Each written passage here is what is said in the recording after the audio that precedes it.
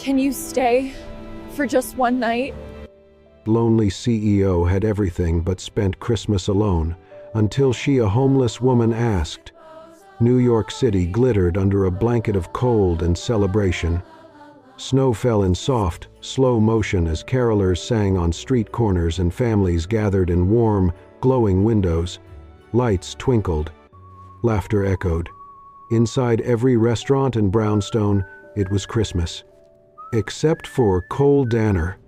The high-rise party behind him was still in full swing, his company's annual Christmas gala, filled with champagne, speeches, and meaningless congratulations.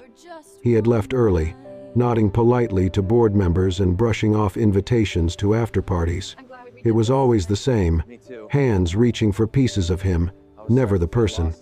He stepped out into the street, breath curling in the frozen air, the collar of his coat turned up. People passed in pairs, arms linked. Every window he passed framed someone holding someone else. Children danced around trees. Someone lit a fire in a living room hearth.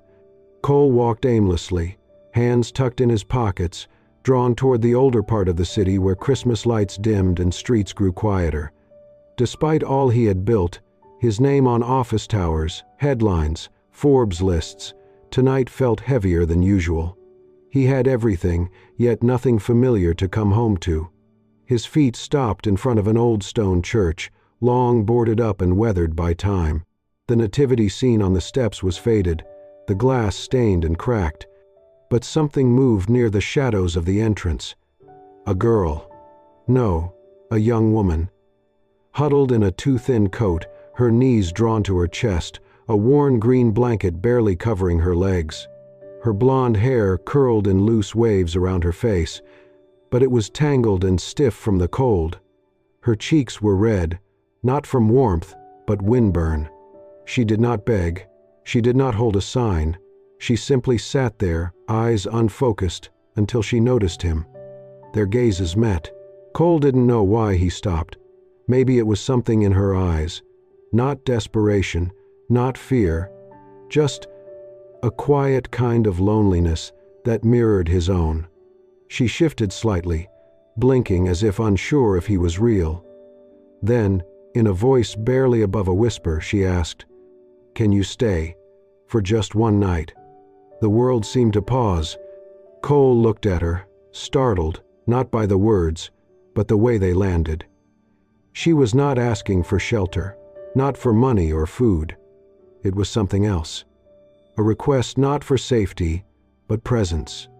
She looked down quickly, as if realizing how strange it must have sounded.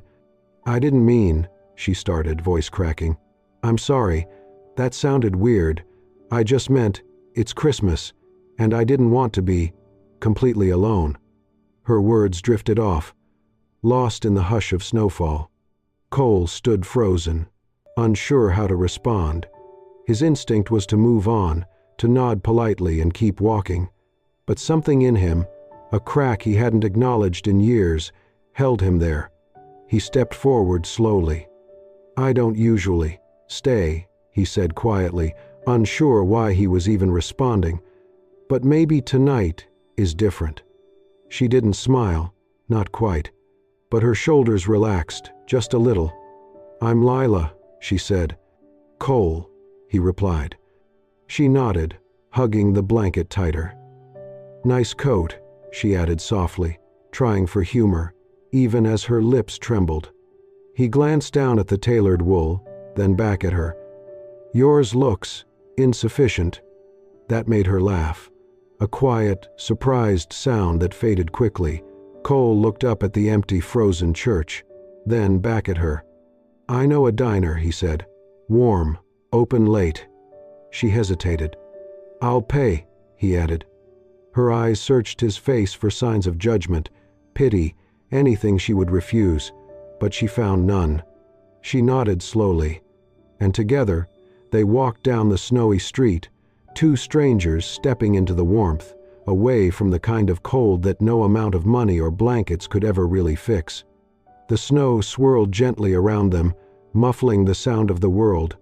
Lila's question, "Can you stay for just one night?" still hung in the cold air between them, fragile and real.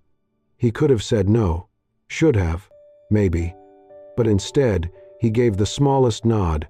"Come on," he said, his voice low but steady. "Let's get warm." They walked in silence for a few blocks, his long strides slowing slightly to match hers. She kept her hands tucked beneath the thin blanket wrapped around her shoulders, head down but not slouched. Even in worn canvas shoes soaked in snow, she carried herself with quiet dignity. A glowing sign blinked ahead, open 24 hours. Inside, the diner was half empty, filled with late-night loners and truckers sipping weak coffee. Cole opened the door. Lila paused, eyes flicking up to him with a flicker of hesitation, then stepped inside. The warmth hit her instantly, and she let out a soft, involuntary sigh. They slid into a booth near the back. A tired-looking waitress handed them menus. "I'll just have a small coffee," Lila said. "And the grilled cheese," Cole added, without looking up. Lila turned to him. "I didn't ask for—" "You need something hot," he said. "Let me." She looked like she might argue, but then nodded. As they waited, Cole studied her. Her blonde hair curled unevenly, strands sticking to her cheeks. Her hands were red from the cold, nails chipped and stained faintly with charcoal. She caught him looking. "This isn't the worst Christmas I've had," she said with a faint smile. "Not the best either, but not the worst." "You're not with family." She shook her head. "Mom passed a few years ago. Dad left long before that. After I lost my job and my place, everything just sort of slid." The food arrived. She ate slowly, savoring every bite. "I studied art," she said. "Illustration. I wanted to make children's books. I even ran a reading hour at the library, used to draw what the kids imagined. Dragons in sneakers, giraffes that ran coffee shops." He smiled. "That sounds incredible." "It was." She looked down. "Until someone said I was loitering. Made people uncomfortable, so I stopped going." Cole didn't interrupt. He just listened. No pity in his eyes, only quiet attention. When she finished, she reached for her coat. "I should go." Cole shook his head slightly. "Let's stop by somewhere first. It's too cold for canvas shoes." She blinked. "What?" "There's a shop nearby. I've got a voucher I've been meaning to use. You don't have to." "I know," he said, "but I want to." The store was small, cluttered. While Lila hovered near the door, Cole spoke briefly with the cashier. Then he returned with a pair of soft brown boots, lined with faux shearling, and handed them to her. Her fingers brushed the inside as she slipped them on. When she stood, her face changed. "I forgot what warm feels like," she whispered. He smiled. "Looks better than frostbite." She laughed, soft, surprised. Toward the back, she noticed a simple knit dress, cream-colored, long-sleeved. She held it up, hesitated. "Mind if I try this on?" "Go ahead." She disappeared into the fitting room.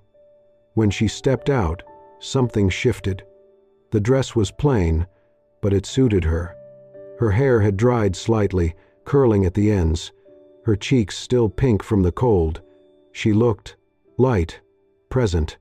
Cole stared a beat too long. "You look different," he said. Then quickly, "I mean, it suits you." She tilted her head, amused. "Guess I'm still in here somewhere." And then, her first real smile of the night. Not polite, not wary, open.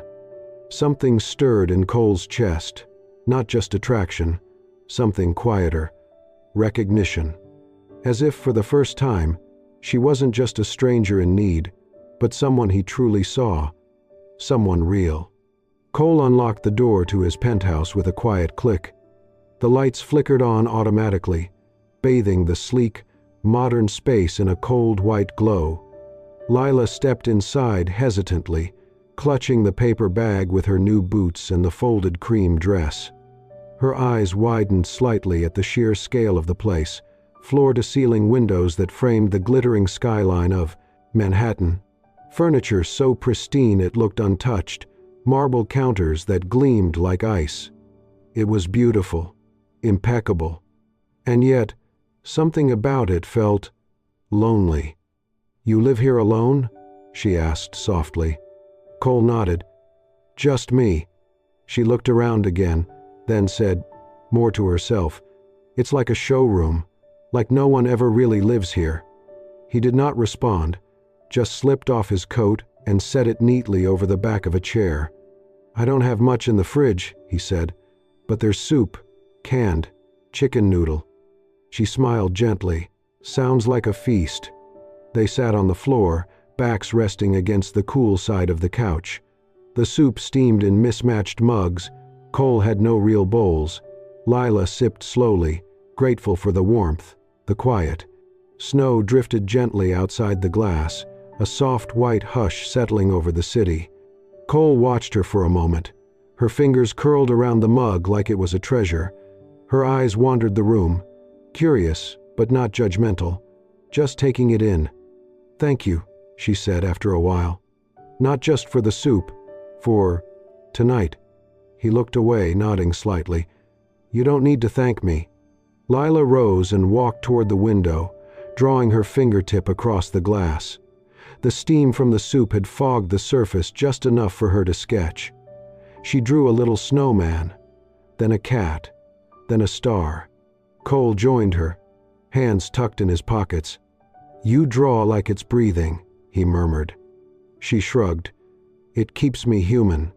They stood in silence, the snow falling heavier now, thick flakes clinging to the glass like fragile lace. Cole spoke, his voice quieter than before. "When I was 8, I locked myself in the hallway closet on Christmas Eve." Lila turned her head slightly, not interrupting. "My mom had died that year. My dad threw himself into work. There were gifts under the tree, catered dinner, music playing from speakers." He paused. But no one said her name. It was like she never existed. She said nothing, just listened. "I sat in the closet and cried until I fell asleep," he said. "Woke up on Christmas morning still there. No one noticed." Lila moved closer, her fingers still resting lightly on the fogged glass. "My mom used to say," she said softly, "even when you have nothing, you can still give kindness." Cole's expression shifted. The corners of his mouth tightened just slightly, the muscles in his jaw flexing beneath the surface. "I think she would have liked you," he said. Lila smiled faintly. "I hope so." Then, slowly, gently, she reached out and laid her hand over his, not grasping, not asking. "Just there. You don't need to be strong all the time, Cole," she whispered. His breath caught. He did not speak, but he did not pull away. And in that moment, under the pale blue glow of the city beyond the windows, something shifted in him. The armor he had worn for so many years, made of success, control, solitude, bent, just slightly. He looked at her, truly looked at her. The golden curls, the tired eyes, the small hand resting on his. She was not polished, not perfect, but real. And suddenly, the room felt less empty. The night stretched quietly between them, full of unspoken things. And for the first time in years, Cole did not feel completely alone. The snow had not stopped. By morning, the city was wrapped in thick white silence. Outside Cole's penthouse, the streets were barely visible beneath the unbroken blanket. The world looked peaceful, still. Lila awoke before sunrise. She moved quietly through the vast apartment, unsure if she belonged in this quiet, expensive dream.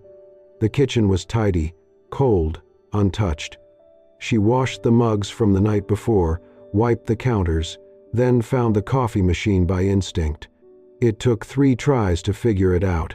Everything in Cole's world was sleek, complex, but eventually the scent of dark roast filled the room.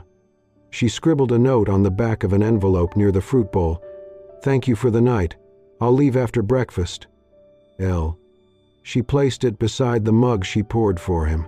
When Cole walked in minutes later, barefoot in sweats, hair tousled, he read the note silently, then looked up at her. "Stay," he said simply. "Just until the snow stops."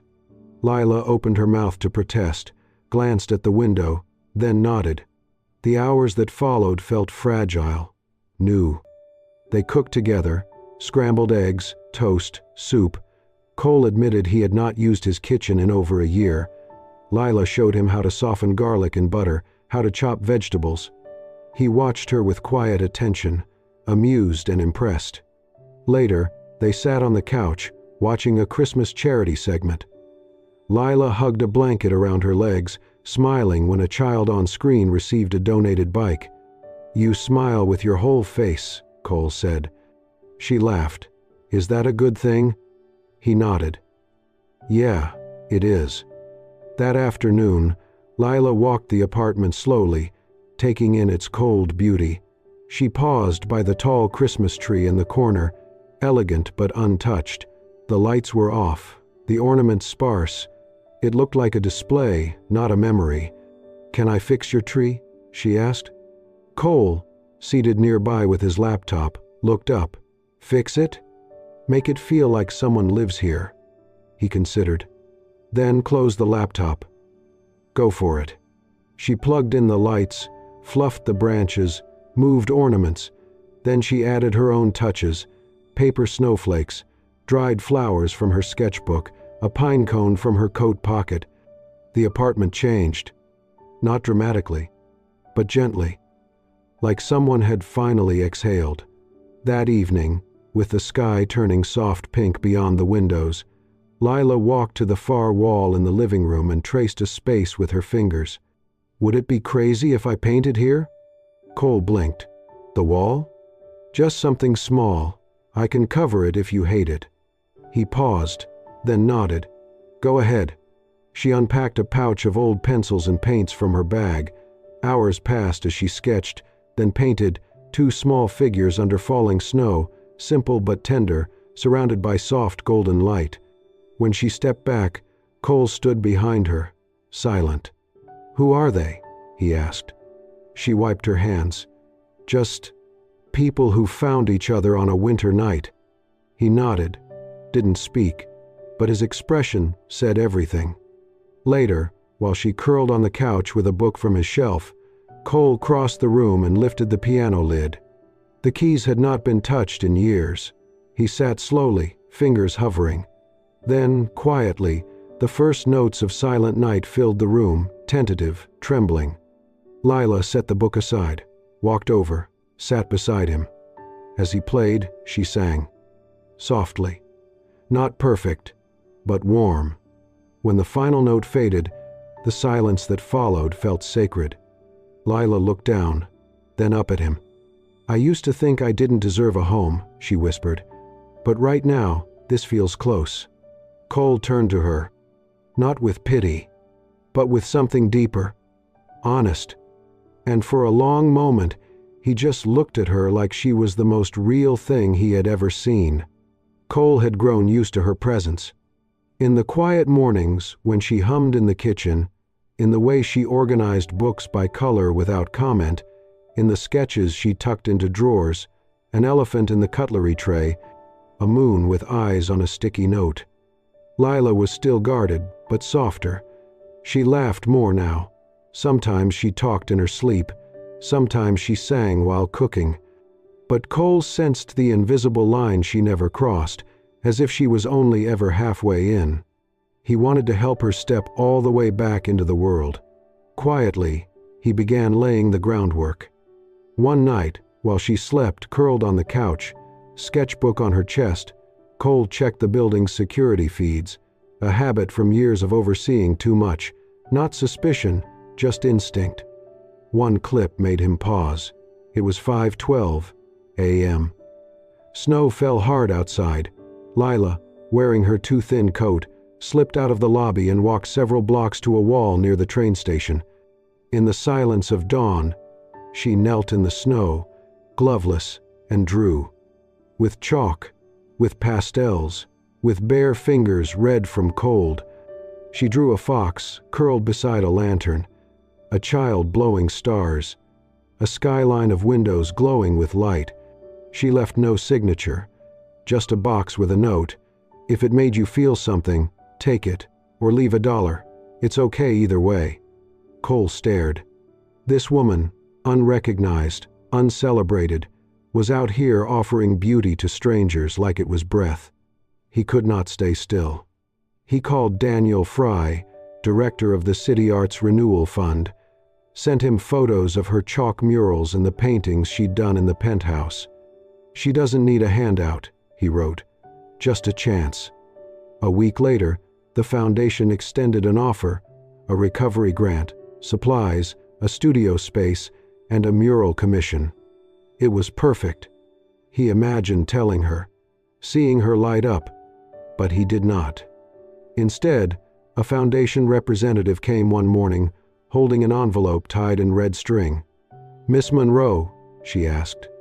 Lila looked up, sketchbook in hand. "We're thrilled to offer you this opportunity.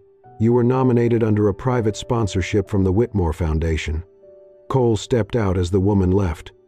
Lila stood frozen, staring at the letter. She turned. "Whitmore," she said, "that's your company." He hesitated. "Lila, you went through my life," she said, voice shaking. "Without asking? I wanted to help." "That's what they always say," she snapped, "before they take over." She looked at the letter like it stung. "You think this is kindness? It's control. You decided what I needed. You deserve this." "No," she said, "I deserve the choice." Her voice broke. "Do you know what it feels like to be someone's project?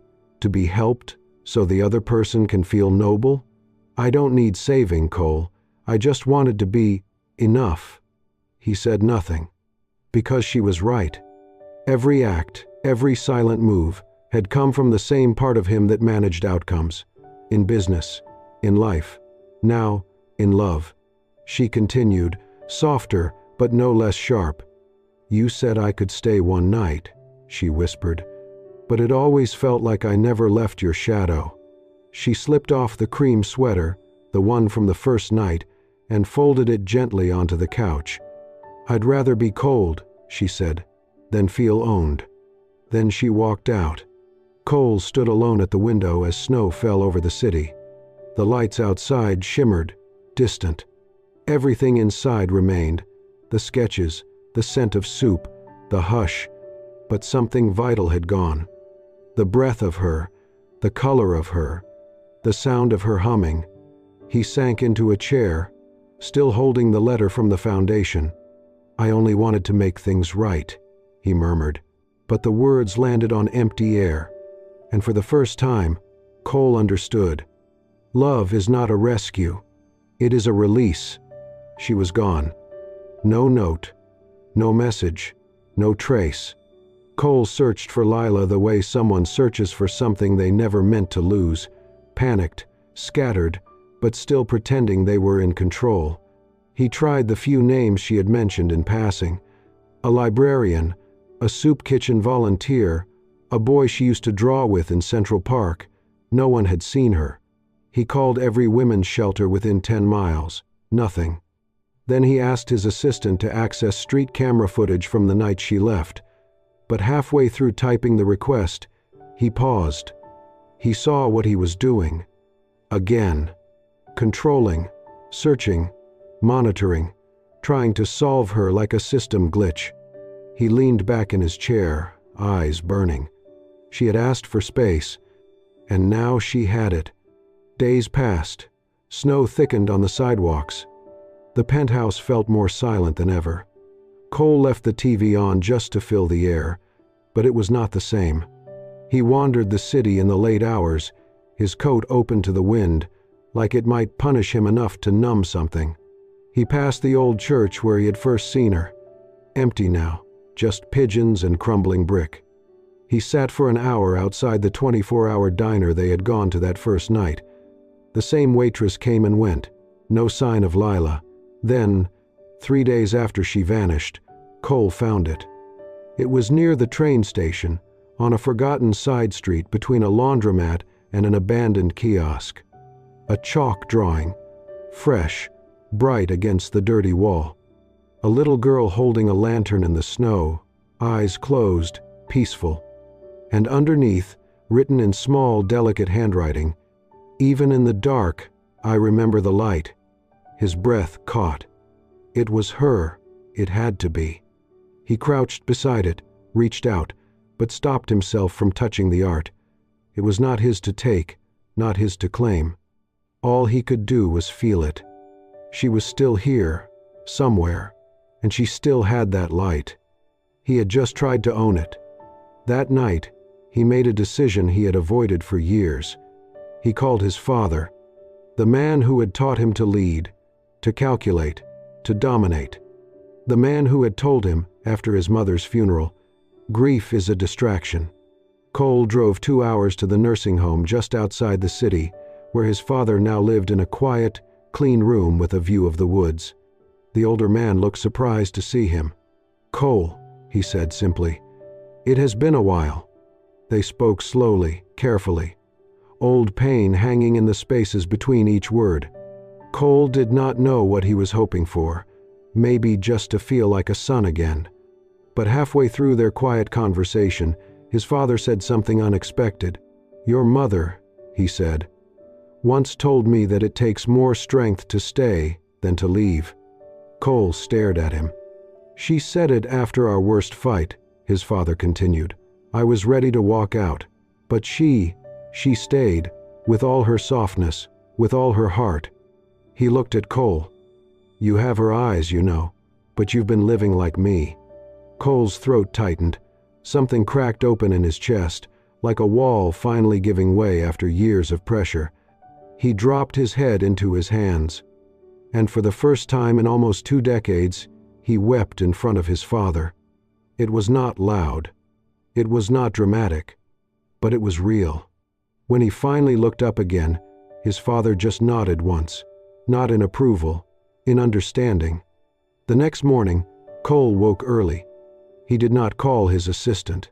He did not make a plan. He just put on his coat, grabbed a sketchbook she had left behind, and stepped outside into the cold. He was not going to search for her like she was a missing file.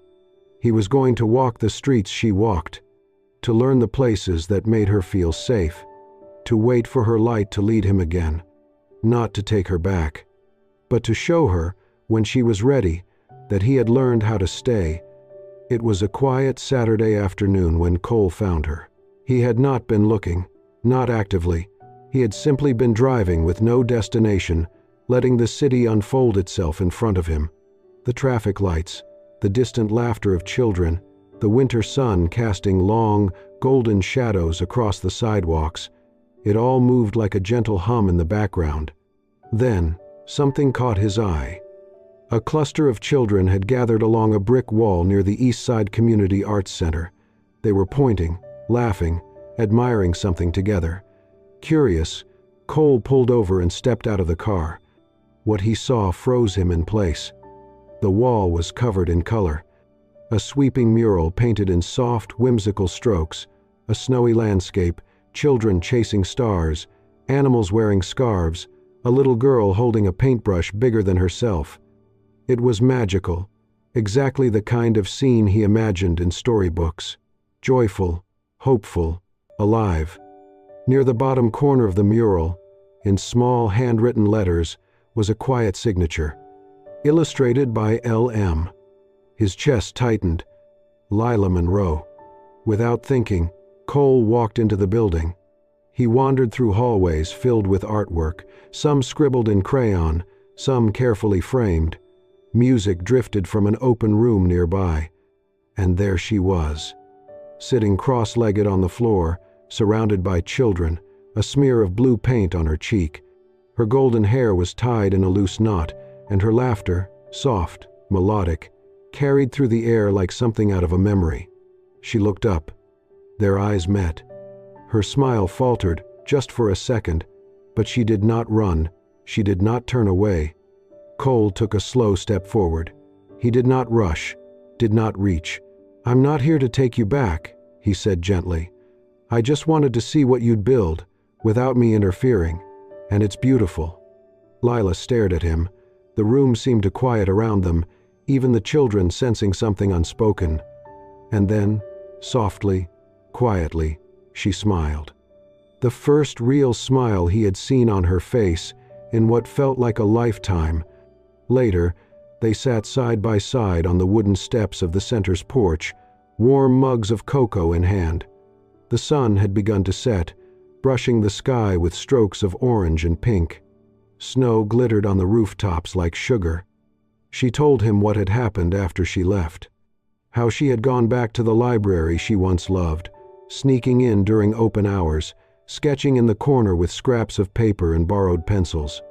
"I stayed there for a while," she said, eyes on the steam rising from her cup. It felt like being back in a story again. Quiet, safe. Cole nodded. He did not interrupt. "I met the director here by accident," she continued. "She saw my drawings, asked if I'd help with an art class. I was terrified, but I said yes, and then I stayed." Her voice dropped, vulnerable but strong. "I'm not where I thought I'd be, but I'm somewhere." Cole turned to her. "I'm not here to fix anything, Lila," he said. "You do not need me for that. But if you'll let me, I'd like to be around when you paint the next chapter." She looked at him then, really looked. There was no pity in his eyes.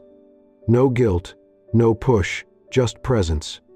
The same presence she had once asked for in the cold, in the dark, outside a crumbling church. "Okay," she whispered, a flicker of emotion crossing her face. Her fingers brushed his, and this time, she did not let go. A year later, the penthouse was no longer cold.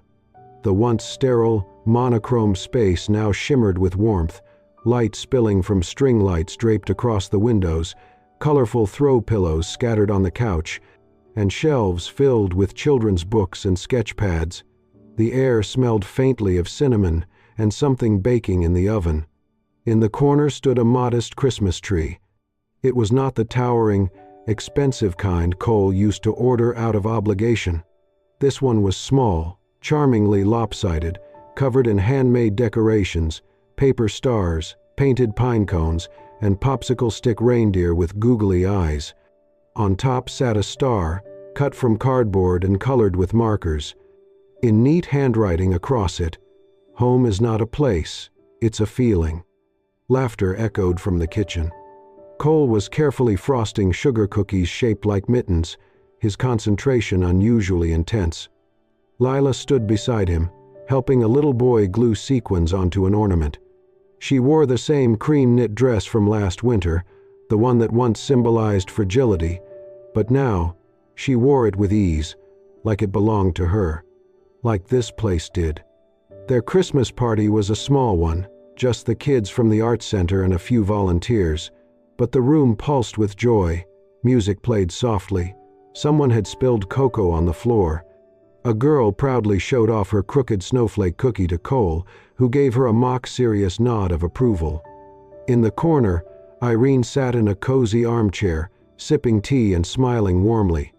Cole's father, now frailer but gentler, had brought with him an old family recipe, his late wife's cranberry orange bread. He passed it around with quiet pride. When the last child had gone home, their laughter lingering like a warm aftertaste, Cole stepped out onto the balcony. The city lights blinked below, the snow falling in soft, slow flakes, familiar. Behind him, Lila tidied the last paper scraps, humming a holiday tune. When she looked up, he was already watching her from the doorway. She joined him outside, the winter breeze wrapping around them. He reached into his coat pocket and took out a small velvet box. No grand speech, no fireworks. Just a silver ring, simple and elegant, with a tiny star etched into its band. "I do not want to rescue you, Lila," he said, voice low but steady. "I just want to stay for every night from now on." Her eyes welled, but she smiled through the shimmer. "Then I guess I better keep the hot cocoa warm," she whispered. He slipped the ring onto her finger, and she leaned into him. The snow swirled around them gently, like a blessing. Later that night, Lila walked back inside, pausing in front of the window. The same one where, a year ago, she had drawn stars in the condensation with her fingertip, wondering if she'd ever belong somewhere again. She pressed her hand to the glass, then whispered, as if to the snowflakes themselves, "I asked for one night, and I found forever." If this story touched your heart, we invite you to be part of something beautiful. Subscribe to Soul-Stirring Stories and hit that hype button to support more heartfelt tales like Can You Stay for Just One Night? Every click helps us continue bringing you emotional, inspiring stories about second chances, unexpected kindness, and the kind of love that changes everything. Thank you for staying till the end. Until next time, believe in warmth, believe in people, believe in the power of one night. Soul-Stirring Stories, stories that touch your soul.